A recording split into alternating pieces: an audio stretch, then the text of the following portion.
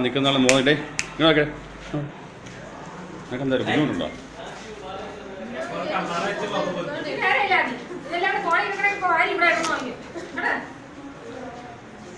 ഒരു കുഴപ്പമില്ലായിരുന്നു.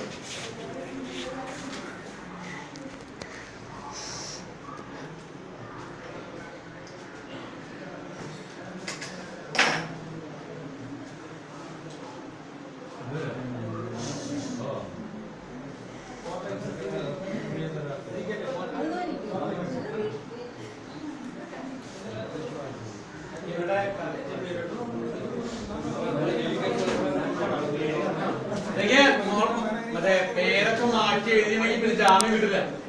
പേര് അഡ്രസ് പറഞ്ഞു ബുദ്ധിമുട്ട് പേര് മാറ്റി പറഞ്ഞ പേര് മാറ്റി പറഞ്ഞ